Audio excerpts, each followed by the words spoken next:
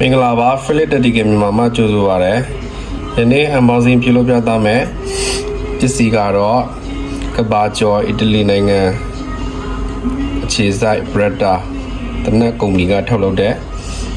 ဓာတ်ဖြစ်ပါတယ်ကြည့်လိုက်ကြအောင်နော်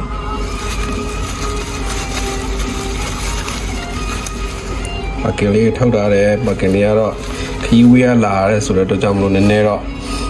နာဟာရှိရပါတော့ကဲဖက်တာ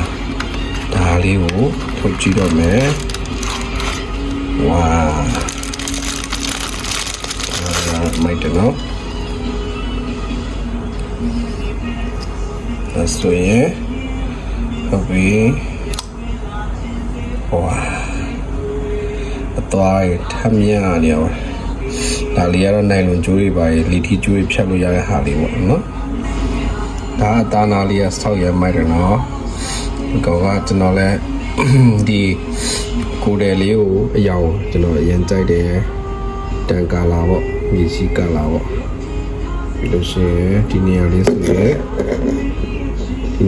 ရင်ကားမှန်တွေပါခွဲလို့ရတဲ့အဆူကြုံလေးပါတယ်ပြီးတော့ဒီမှာဆိုရင်ခါချိတ်လို့ရတယ်ခါချိတ်လို့ရတဲ့ဂျိတ်လေးပါတယ်ပြီးဒီမှာကျရင်ဒီခလုတ်လေးကဓာတ်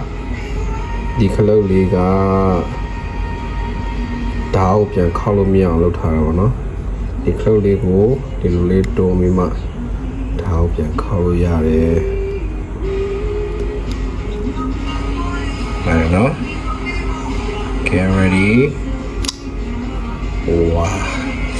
come on this is Beretta